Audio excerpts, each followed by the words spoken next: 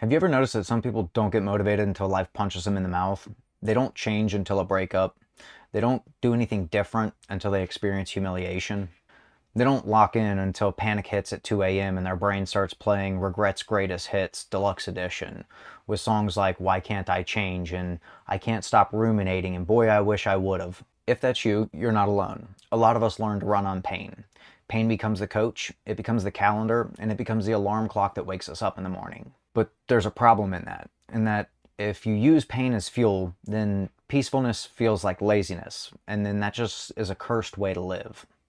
So today we're talking about the hidden cost of pain-driven motivation, and how to evolve that into something better and more useful, principle-driven motivation. Because pain is great at starting the fire, but it's a terrible fuel system over the long term. It burns dirty, it burns hot, and if you keep using it, you need more pain to get the same amount of movement.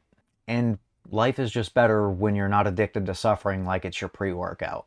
Welcome to Up to No Good. Real quick before I get into the video, I'd like to take a moment to thank you for watching. And also, if you find anything in this video encouraging or useful, do me a favor and go ahead and interact with it. Be that liking, subscribing, commenting, whatever feels right to you. This encourages the algorithm to share the video with a wider audience of people, as well as it really helps the channel grow.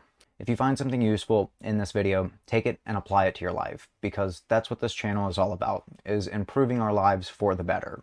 And that really only happens through conscious action. So without further ado, let's get into it. Let's talk about the reality of it. Pain works, and that's why it's a great motivator. Pain is one of the most effective things at motivating us as human beings. That's why when life gets really bad, you start waking up early, you find discipline, you lock in, you're journaling, you're ready to go, you're ready for change. You're drinking water and posting motivational quotes like you're sponsored by Big Redemption. But pain doesn't just motivate you, it programs you. It teaches your nervous system a lesson that I'm only going to move if I'm threatened. I'm only going to make change when I'm cornered. And I'm only going to do something different when I'm already bleeding. So if pain is the only thing that's motivating you, anything opposite of that is kind of suspect. Peace feels like stagnation. Stability and calm feel like a trap. And that's where the danger starts, because now you just don't use pain, you start needing it. And the layer deeper than this is that pain in some way becomes part of identity, that I suffer, therefore I am. You start thinking, if I'm not struggling, then I'm not trying. If it's not hard, then it doesn't count. And if I'm not suffering, then I'm not earning. And that sounds noble until you realize what it does to your mind. It makes you emotionally dependent on resistance. You start confusing hardship with meaning. You end up confusing exhaustion with productivity and survival with purpose. And the worst part, joy becomes a scam. Rest becomes weakness, and contentment feels like you're falling off. So you have to keep yourself in motion. But it's not forward motion, it's just treadmill motion. It's anxiety in a trench coat pretending to be ambition. You're not running towards a life you want, you're running away from your thoughts. And if any of this is landing, you know exactly what I mean. And this sort of pain-driven lifestyle creates two kinds of traps. The first is a self-sabotaging trap. Because you rely on pain, subconsciously you may create pain in your own life just to feel it. You procrastinate until a deadline hits, ignore health until you scare yourself, and you let relationships rot until you have to deal with them. Then you go, wow, I work so well under pressure. No, you don't. You work well under threat, and that's different. It's like saying, I'm great at swimming when I'm about to drown. And the second trap is that you can't maintain progress without suffering. And this is because pain can fuel early results, but it can't sustain long-term results. Because the moment things improve, the pain subsides. And with that, so does your motivation. So you start feeling weird when things get stable.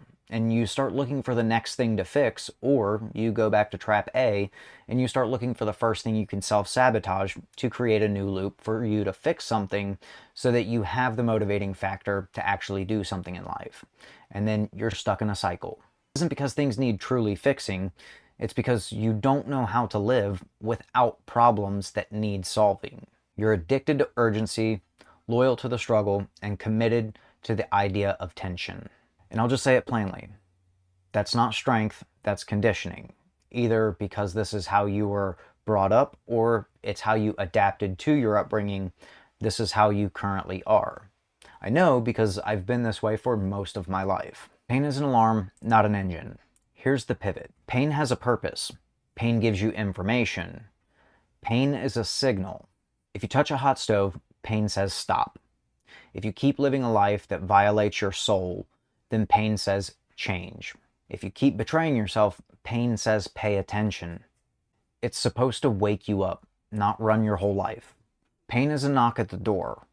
Principle is who should answer it. It means that you stop saying, I'll change when it hurts enough, and you start saying, I will change because it's the right thing to do, because I deserve the right thing.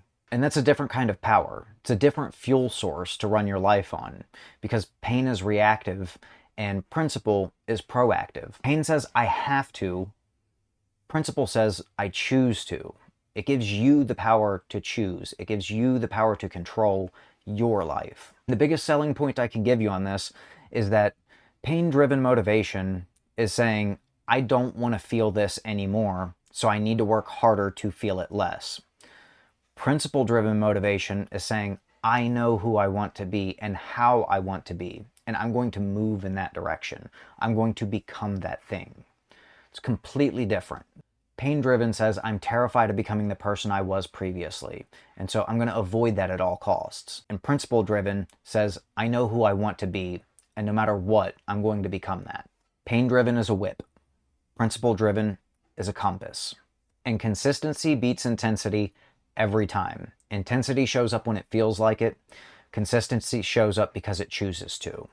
Principle is what you do when nobody is watching and there's no crisis there to force your hand. So pain may have lit your fire, but you can't keep feeding it. And it's okay that pain got you motivated. It's not okay to keep using pain to stay motivated. Pain often wakes people up. It's the beginning of wisdom for a lot of real, true life change. But if you constantly rely on pain, you train yourself to only operate under those stressful conditions. And I really don't want that for you. And I don't want you to want that for yourself. You do deserve better. You deserve motion that doesn't require self-destruction. You deserve change that doesn't come from an immediate emergency. You deserve progress that doesn't come from hitting rock bottom every 6 months like it's a personal hobby. Pain can be the spark, but principle has to be the long-term fuel. Otherwise, you're just saying, my life runs on suffering. And that's a terrible engine that's designed to burn out. So here's the truth, simple and clean. Pain is a great teacher, but it is a brutal, brutal master. And if pain is your fuel, you're going to keep returning to pain, either because you seek it out or because you manufacture it. But when principle becomes your fuel, you can move in peace. You can grow without chaos, and you could build without burning things down. And that's the true goal. Not to become numb, not to become soft, not to become positive vibes only. No. The goal is to become the kind of person who doesn't need suffering to achieve a goal.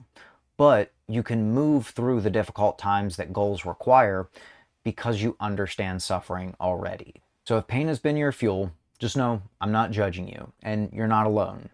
A lot of us grew up this way. A lot of us have been this way. Sometimes the only teacher in the room of life was pain.